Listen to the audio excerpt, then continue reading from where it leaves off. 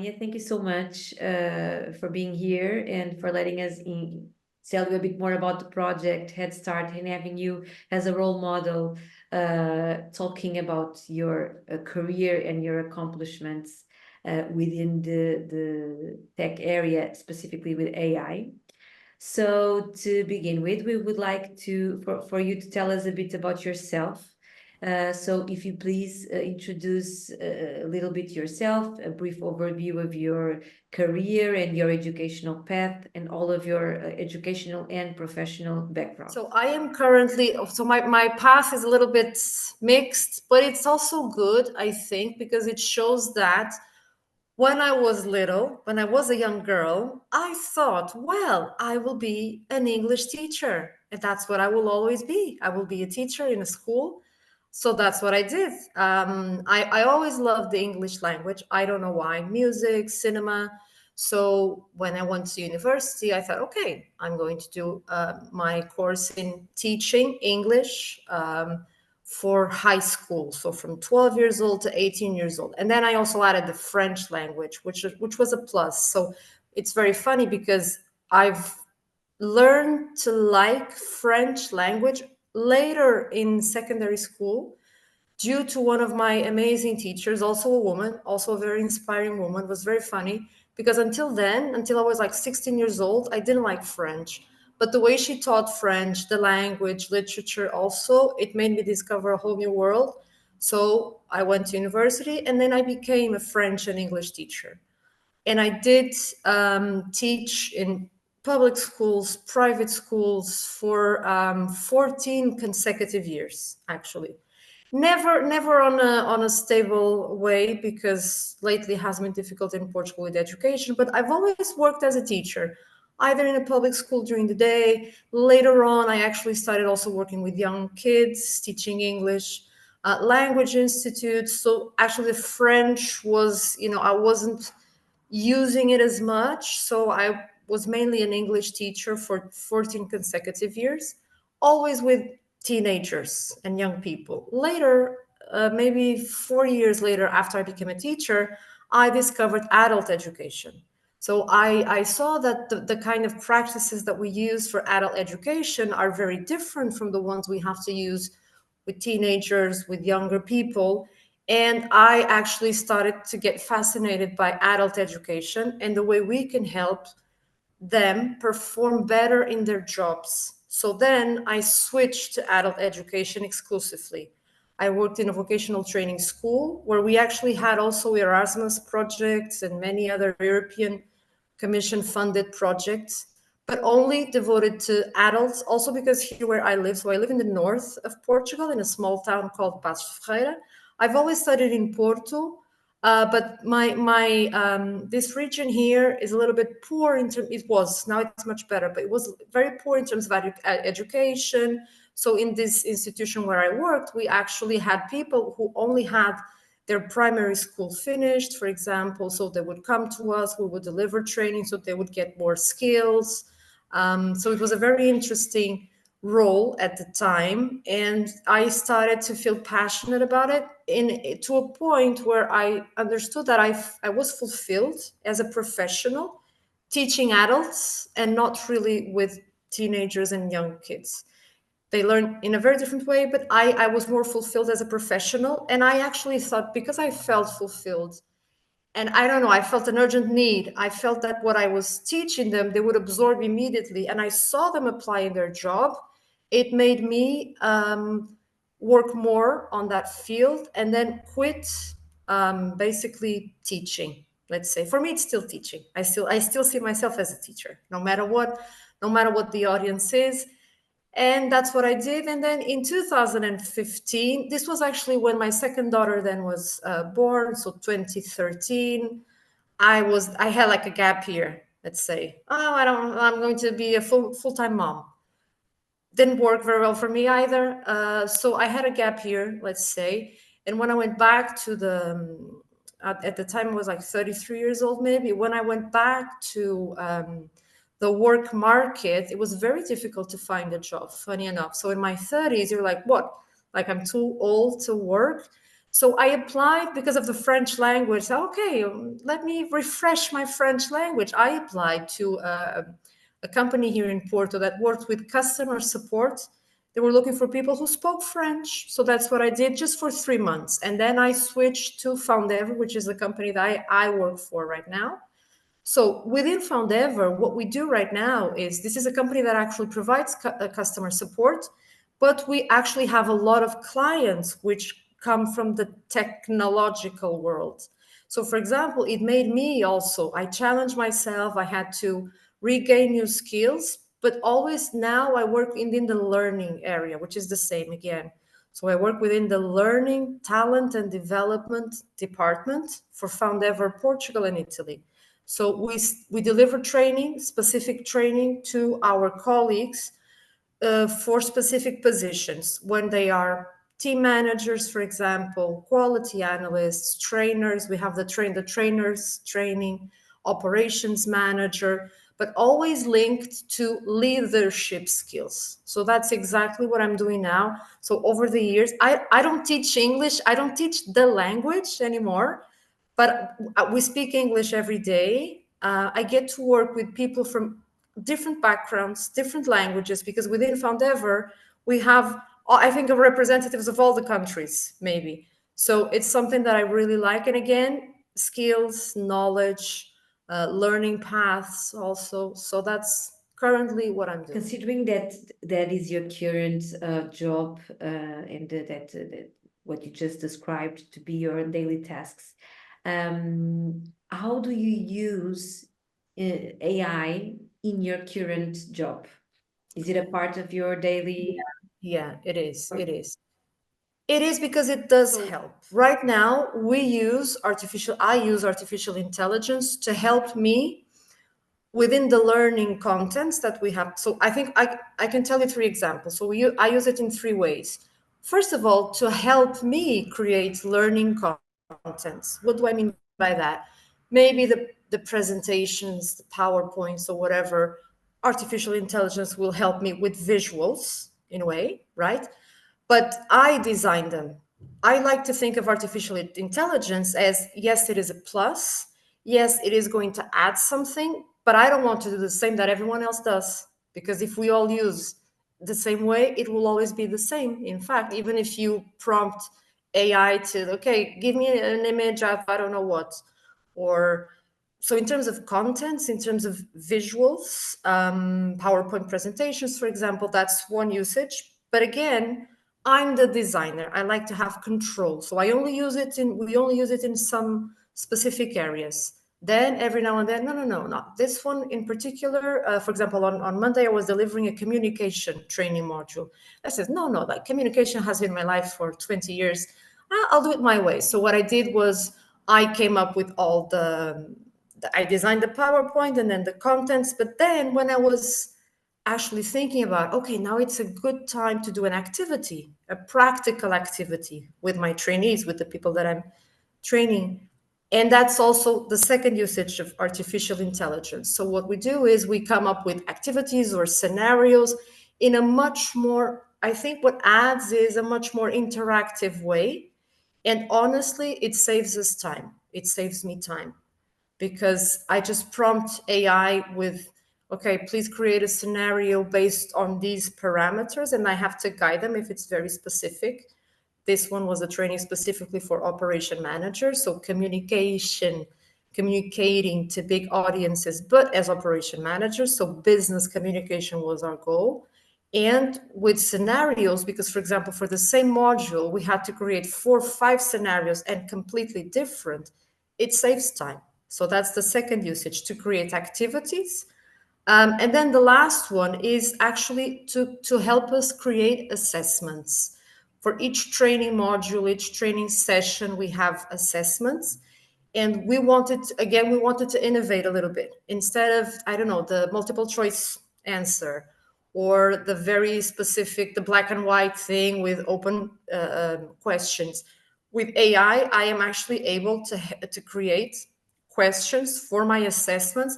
But again, I like to do it in a controlled way. So again, I'm the designer of my assessment. I want 10 questions. I want the first questions to be, I don't know, a matching option with this topic.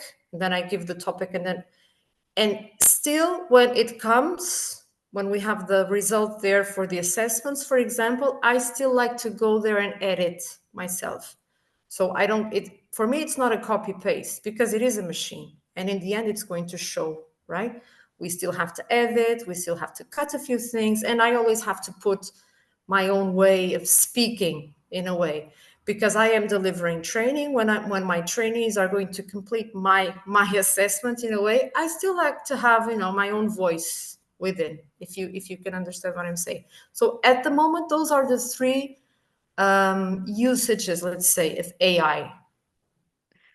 Okay, so that is quite clear. So basically, well, your career, your current job is not directly related with AI, but uses it as a tool, Email. right? So I worked on a project which was a sandbox, a simulator for customer support within a specific client that I cannot say. But what we did was a simulator for phone calls, in fact. And then the second part of the simulator was for messages. So going back and forth. And in that case, for example, we did it in a different way because we had some people helping us, because the artificial intelligence was actually learning from us, right? So we wouldn't. This is also a very funny way. I'm not no longer working on that project. That was last year, but it's a very interesting one because the machines have to learn from us, right? And then in the end, the simulator was done. So we used to do the tests. So basically, what we did was we created the scenarios, let's say the dialogues. Hi, how are you? Hi, welcome to I don't know what. How can I help you today? Well, I have a problem with this or that. So we would do it in written.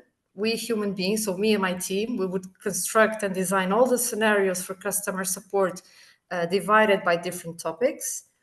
We would send it over to the software company. They would upload it in the sandbox, and then we would test them again.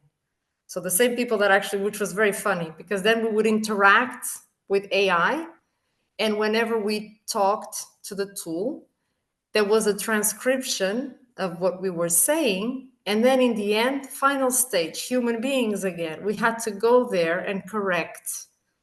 So it was like a combination, AI together with human beings. That was a very interesting one.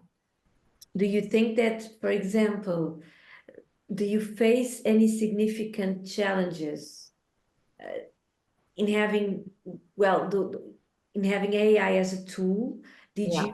Did you have to get some expertise? Yes. Uh, Yes. I had. how Yeah. is it Yeah. regarding qualifications? Yes. Exactly. So the first time we used AI for me was very strange because we are used to searching for information on internet, right? We use the different tools, Google, whatever, and then we type.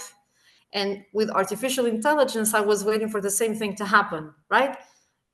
Google, tell me this. And it doesn't actually work like that. So I had to actually learn with some tutorials. And for example, right now we are actually building a training module for trainers, basically how to use the right prompts with artificial intelligence to add value to your work.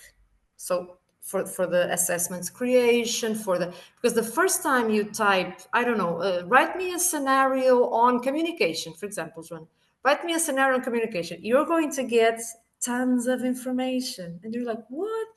Yeah, yeah. Oh, yeah. The AI tells us, oh, yeah, sure, here you go. So then you have to be able to know how to filter that information.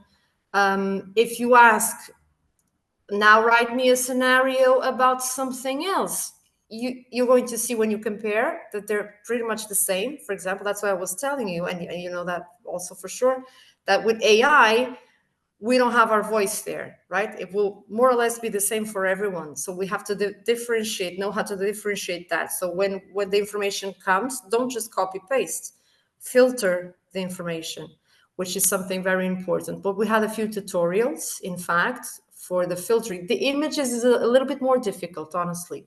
With images, we have someone in the team who actually loves to research, because with images, you're going to get some repetitive ones also. Nowadays, there are a lot of free tutorials. ideally, that's why I say, for example, within education in our schools, that would be amazing if straight from the beginning we already had in each class someone guiding them on how to use it, in fact. But the first challenge was that how to write the right prompts to get the answer that I'm looking for. That was the first challenge. It's still a bit challenging.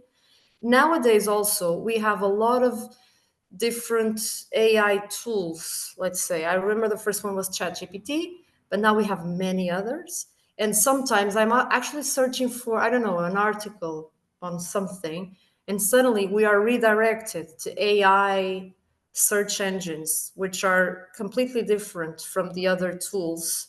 So there is a learning process, in fact, now, because for the training modules that we are creating, for example, since March, more or less, I've learned how to use the best prompts so that I can filter the information. And again, when I get the information from AI, I am, proofreading it, editing, and using it my way. I don't just copy and paste. But that's for the learning contents that we create, that's enough. But honestly, one of these days, I think I will need a full training on that, because there's a lot of, in some areas, I can imagine that you do have to have, in my opinion, a specific training maybe for that, or some guidance with experienced people. There are a lot of tutorials nowadays. Even on Instagram, people find it, through LinkedIn also. We have a LinkedIn Learning account where we also have a few courses on that. We Foundever, so within the learning team, we have access to that, which is great, actually. So, but those were the biggest challenges that I faced in more the qualifications. But if you think about the skills and the competences that, what do you think are the skills you need to help you do and work with AI, or skills that you think it's important to develop and to learn, apart from the examples you already gave, that know how to prompt and to filter also? Yeah, because we use AI in a very basic way. That's how I see it, because it's mainly text. I think it's very important. For example, we have the IT subjects at schools. They should be a bit more developed. It's super important to understand programming, because I saw it with the sandbox, the pilot that I was working with last year. We had a software company doing that for us, in fact, and then we would be the testers in a way. But I think programming is one of them. IT, like deep dive on that particular skills for sure. And then when it comes to images, I see that already happening in design courses. So I have some family members that are actually using, working in studying in the design area. I already see some people doing that. So when they're the design courses with visuals, for example, I can see that they have a few skills that are also being developed with all the tools they use, either Photoshop or whatever, what else they have. And for example, within Foundever, it's very funny because we have one communication app for all Foundever employees. Foundever is a global company. In the entire world, you have Foundever sites. And within Foundever, we now have our GPT, our own GPT. Because Foundever also felt the need for that. And when we search within the GPT for Foundever, again, we have to be very specific. I'm not going to look for matters regarding IT, for example, right? Because those are skills that me personally, I don't have. But as an operations manager, they're going to search for different things. But if you want to, as a young girl, as a young person, if you want to work in this area, because it is going to change a lot of things, I would definitely focus on IT skills, programming, software also. If they have that since the beginning, I think that will definitely help for sure. Robotics also. We have a few courses nowadays, actually, starting on the 10th grade. Around here, we have a few. But I think they're still very basic. But for example, that's a very interesting area. Also, engineering. Do you think that the education system here in Portugal supports female integration into STEM areas and these AI and ICT roles? I left education and teaching 10 years ago, so I'm a bit far away. But again, I see from the examples of my children, maybe, and I don't see that happen. I've never felt that. I've always studied in public schools, always, always, always. I have never seen that happen. Funny enough, I went to an area which is teaching, which is normally, right, the girls' areas, women's area, right? So I didn't feel that, but I still don't see those incentives in schools at all. Again, like I told you, now having two young girls also, it's still in STEM areas, not at all, not at all. Unless they already have some curiosity, for example, because we also have to understand that our young girls nowadays, they are stimulated in a different way, right? They come to us, can ask us questions, or they see something, and that content is already created using AI, right? So we have to go there and not teach them. So the middle one is 11 years old, and then I have the youngest one who is 1 year and a half. So my 1 year and a half already looks at things that for her it's going to be very basic, but I still think that school does not support that at all, at all. I think it's still very traditional. We can see the number of people, in fact, who are in those areas, like you're saying, the number of men, the number of women, in fact, because we are still oriented to men and woman role, but not just that. In terms of interests, for example, I think in terms of interests, it's still a very traditional, in fact, and it shouldn't be. It also depends, in my opinion, the way they are stimulated. School plays an important role, yes, but at home also, right? I think we should all play our role. It's not just school, in fact, but in general, things are not the way they should be. That's why I told you it's super important to have this dynamics. And within a class, right, sometimes you still see that girls or women are still not having the same rights in a way. But for these particular areas, no, not at all. Not at all. Have you observed any specific opportunities or support systems that have somehow facilitated the integration of young females into the tech and the AI workforce? I Or do see, the yeah, tech? I do see every now and then. Even yesterday, I was looking at, there's a program now. So my oldest one is 17 years old, it's completely different. He's a boy. There are some new associations and some new activities that they're all private majority of times. They're probably also supported by European funds.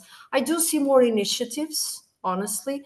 I'm not sure what I also see is that they reach always the same public or the same audience, the ones that are more interested in, again, family supports, they're interested, they have new ideas, new interests, and we actually invest our time in them. Look, there's a summer school. It was a summer school opportunity now in July, happening now in July. So there's a summer school that this particular institution from Lisbon, funny enough, and they are holding 1 week here in Porto, for example. I see some initiatives, but they don't reach those people that don't read as much, that are not so interested, that they don't use social media. I know that in your case, you guys work directly with the schools, and in my opinion, that's the way to go. But they're not all reaching the same initiatives at all. If you have more access to that, and with entrepreneurial also programs, I see that happening, but only, let's say, to some particular areas of interest. But they're becoming more and more. I see a lot of hubs also having new programs, but I don't think they reach, let's say, the majority of the population, and it's still very focused in the big cities, right, or in the big areas with population. In rural areas, you don't see that. Even here where I live in, like a small town, like I was telling you, I'm just 20 minutes away from Porto. So Porto is the second city in Portugal, and still here I see a lot of things that are completely different. With people in the past didn't have the mandatory education. So I think it's still a little bit linked with that. And then because they're not so they don't have that investment straight from the beginning since they're 12 years old, for example. So if the schools would already have, during summer, for example, if they would already have that kind of programs where everyone can come and participate for free, even if it's just for 3 days, for example, right?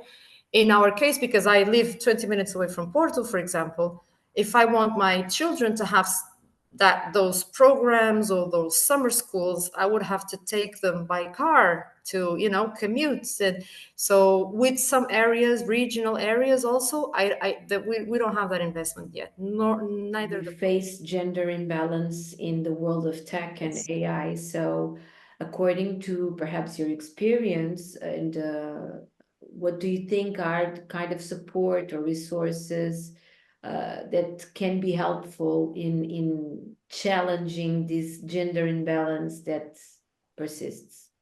First of all, starting with the basic education, basic school.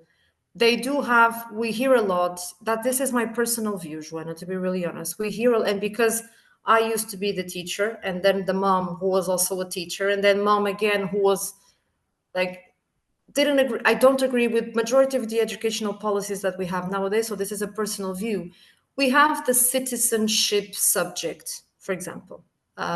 So as since the 5th year, so when they're 10, 11 years old, until they're 15, some schools do it also until the 12th grade, not all. So for example, in that particular subject, which has been, we see it in the news, a lot of people actually being against that kind of subject, because I should be the one, me, the parent should be the one choosing what my children should study. So for example, for me, that's an example of, if it's a mandatory subject for all schools, all students in the country, either it's a private school or a public school, within those subjects, that's where you should already, when they are 10 years old, when they absorb all the information, that's when you should already talk about these topics.